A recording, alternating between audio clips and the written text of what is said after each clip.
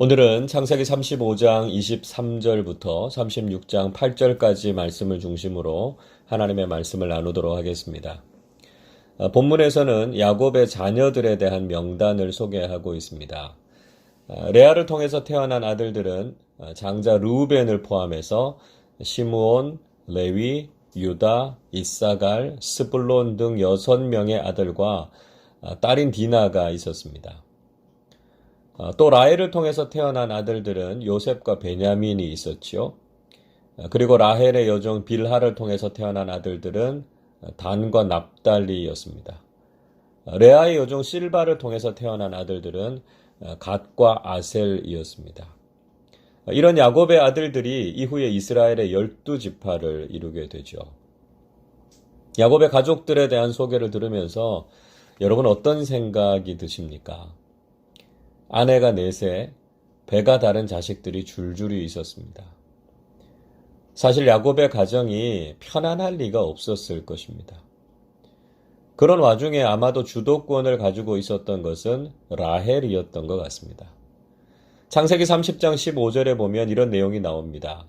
레아가 그에게 이르되 내가 내 남편을 빼앗은 것이 작은 일이냐? 그런데 내가 내 아들의 합한 채도 빼앗고자 하느냐? 라헬이 이르되 그러면 언니의 아들의 합한 채 대신에 오늘 밤에 내 남편이 언니와 동침하리라 하니라. 라헬은 르우벤이 자신의 어머니인 레아에게 준 합한 채를 달라고 요구합니다. 그리고 그 대가로 야곱과 동침할 수 있는 기회를 주죠. 자, 이런 장면을 보면 라헬이 야곱의 사랑을 독차지하고 있었고 주도권을 가지고 있었다 하는 것을 알 수 있습니다. 그러나 이들 사이에서의 다툼은 계속해서 이어졌죠. 레아와 라헬은 자신의 여종들을 동원해서까지 야곱의 사랑을 차지하고 아들을 낳기 위해서 경쟁하고 있었습니다. 오늘 본문 이전에 라헬이 베냐민을 낳다가 난산으로 죽으면서 어느 정도 이런 갈등이 잠재워지기는 했을 것입니다. 그러나 가족들 안에서의 이런 갈등은 자녀들에게까지 계속 영향을 미치게 되죠. 이후에 요셉과 그 형제들 사이의 갈등을 우리가 볼 수 있지 않습니까? 야곱은 일찍 어머니를 잃은 요셉을 편애했습니다. 그렇지 않아도 좋지 않은 형제들 간의 관계에 불을 지른 것이죠. 게다가 요셉도 형들과의 관계에서 신중하지 못하게 행동한 부분이 있었습니다. 결국 이런 문제들이 절정에 달해서 형들은 요셉을 미워하고 그를 애굽의 종으로 팔아넘기는 일까지 생기게 됩니다. 가족들 안에서의 건강하지 못한 관계들이 얼마나 큰 상처와 비극을 낳게 되는지를 볼 수 있습니다. 요셉이 이집트의 총리가 되고 난 이후에도 형제들의 관계 회복을 위해서 노력했을 만큼 이들의 관계는 아주 힘든 관계였습니다.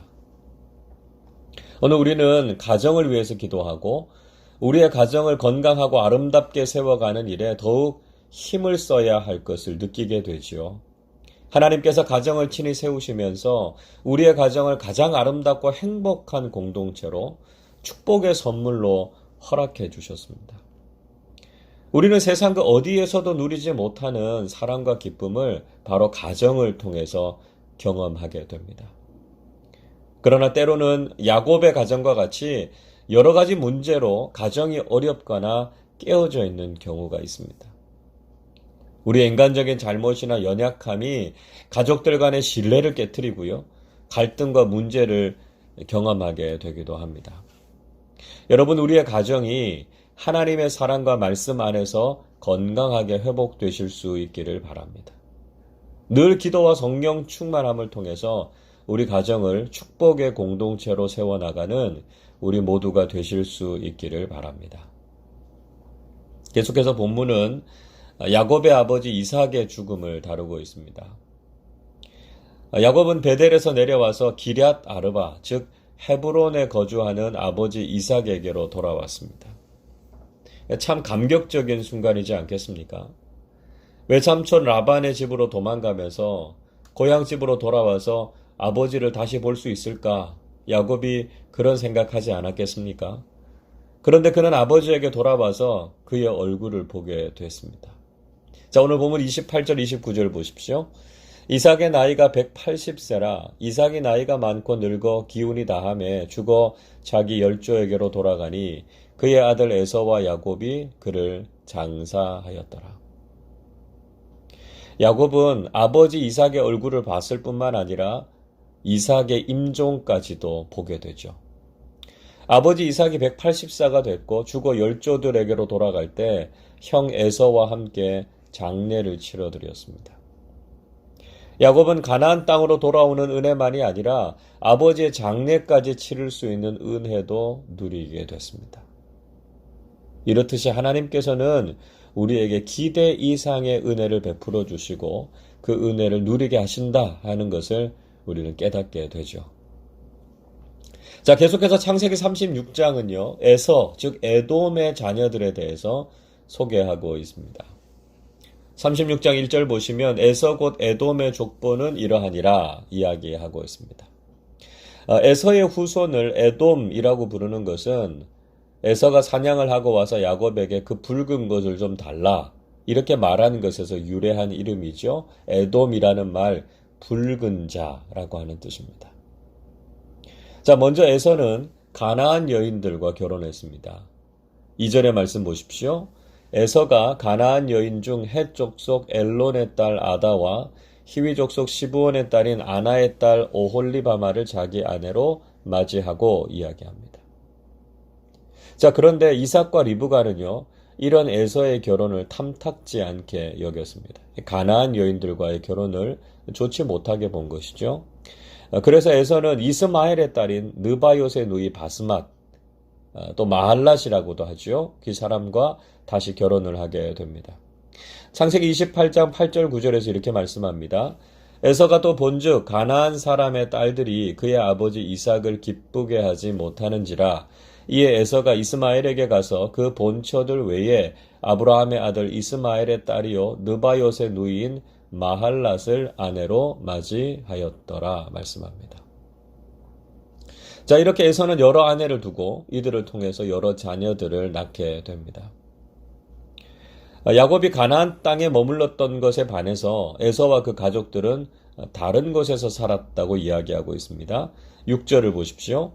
에서가 자기 아내들과 자기 자녀들과 자기 집의 모든 사람과 자기의 가축과 자기의 모든 짐승과 자기가 가나안 땅에서 모은 모든 재물을 이끌고 그 동생 야곱을 떠나 다른 곳으로 갔으니.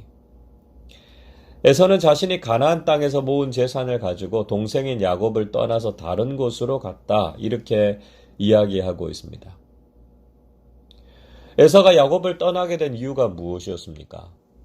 그 이유는 두 사람의 소유가 너무 많았기 때문이었습니다. 7절 보십시오. 두 사람의 소유가 풍부하여 함께 거주할 수 없음이러라.